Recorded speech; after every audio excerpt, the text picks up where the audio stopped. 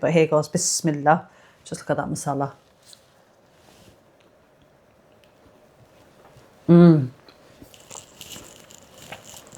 Those tomatoes, oh wow. Beautiful, beautiful. Hi everyone, it's Shamza and welcome back to another video.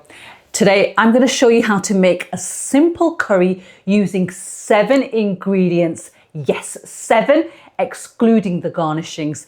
This is Shinwari Chicken Karahi. Now let's run through the ingredients quickly before we start cooking. So the ingredients you're going to need is as follows. I have here chicken. This is on the bone. This weighs approximately 1.5 kg.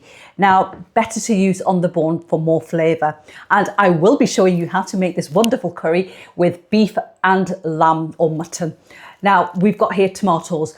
Now, the tomatoes we use to create that heavy tomato base masala. So I've got here 2 kg of tomatoes, and you want to use good quality tomatoes. So I've got here tomatoes that were on the vine. All you do is you want to slice them in half like that.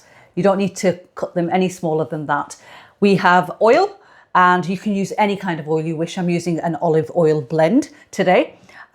We need ginger and garlic, and you need 2 tablespoons of this. Now this is fresh ginger and garlic that I make and I store like that, and it's equal amounts of ginger and garlic, and then I grind it in my food processor and add oil into that to preserve it, and it stops it from going green. Top tip there.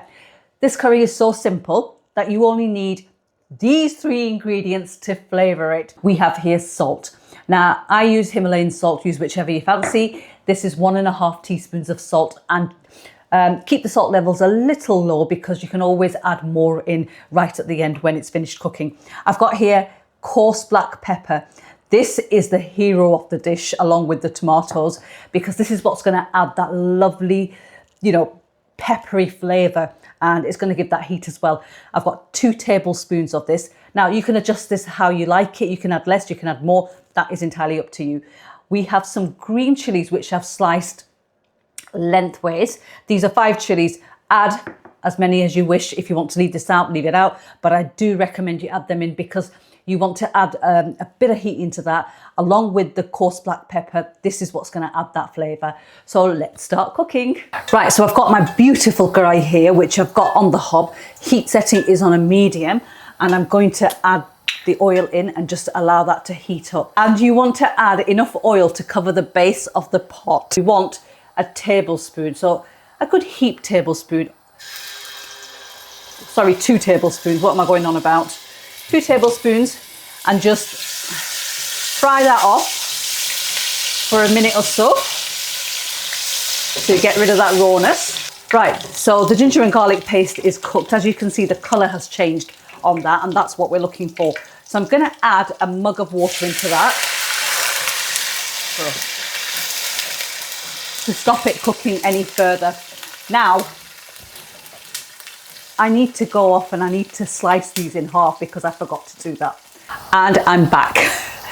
And all we're going to do is we're going to take our potatoes and we're going to and we're going to take the cut side and we're going to place that into the karahi. And this is how they look. And now pop the lid on and turn the heat setting to a medium because you want to cook the tomatoes enough to be able to pull their skins off. So I think around 15 to 20 minutes on a medium heat setting. So the water that we've added will create that steam, which is going to cook the tomatoes and soften them. And then obviously we're going to go in and we're going to take the skins off before we create that sauce, that lovely masala. So I'll see you guys back around 15 to 20 minutes later and show you how they look. So welcome back everybody. So it's been 20 minutes that the tomatoes have been cooking away. So remove the lid to show you and just look how they've softened up. Now the next step is to remove the skins of the tomatoes. So just take them off gently. And the reason why we take the skin off is because we want a smooth tomato base masala, and the skin, as you know, doesn't grind. Even if you grind it down, it doesn't sort of like break down. So once you've removed all the skin of the tomatoes, you just want to go in and break them up with your spoon. Right, so I'm going to start blending this tomato base with the hand blender and just make sure it's smooth. Right, so I've blended this until it's smooth and this is how it looks. Now, you don't have to blend this. This is how I like it and how I like the karahi to be. If you don't have a hand blender, you can use a potato masher to just break them down quite quickly. But otherwise, once you start cooking the chicken with this, it will break down. But yeah, this is how I like it. So now into this, I'm going to add the salt, the coarse black pepper, and we are going to cook this masala down now. So I'm going to now pop the lid on and then turn the heat up to a medium. And we're going to allow this to cook away for approximately, I'd say 10 minutes until that sauce reduces a little, and then we'll be ready to add the chicken in. So I will see you back when this is ready and give you a closer look. So coming back to check on the masala, this is how it looks after 10 minutes. And you can see that it's reduced down quite a fair bit and it's thickened up. It smells really, really good. And now we are ready to add the chicken into this. So just gently add that in, just give that a mix. Now, I'm not going to add any water into this because, as we know, once chicken starts to cook, it starts to release its own moisture. So we're just gonna cover this and we're gonna cook it on a medium heat for 15 minutes. And after 15 minutes, I'll show you how it looks, but do keep an eye on it. Do stir it in between that 15-minute timer, and I'll see you guys back in 15. Right, so it's been 15 minutes that the chicken has been cooking away. So you can see that that has reduced down really nicely. And what we're now going to do is we're going to cook this down even further without the lid on. Heat setting is on a medium. I'm starting to salivate because it's beautiful. And we are going to reduce it even further by cooking out that water completely. So it'll take around, I'd say maybe 10 to 12 minutes of further cooking. The oil will start to separate and come around the edges and the surface, and that's what we're looking for. So see you guys back in around 15 minutes time, and then we'll be ready to finish the dish off. Right, so I've been cooking this for 15 minutes without the lid on, and you can see the oil separation happening. See, little oil separation happening around there. Now at this stage, what you want to do is you want to add your sliced green chilies, and then we're gonna mix that in.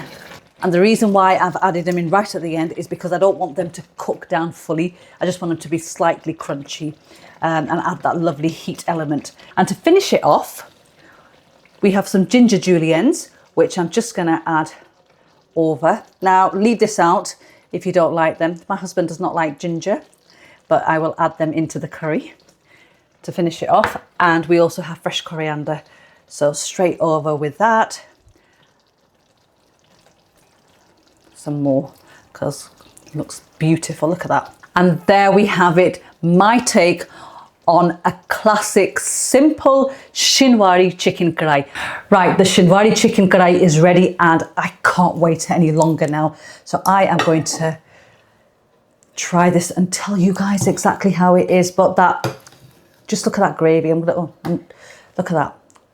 Even though I've eaten this for the last week or so when I've been recipe testing and I can't get enough of it, but here goes, bismillah. Just look at that masala.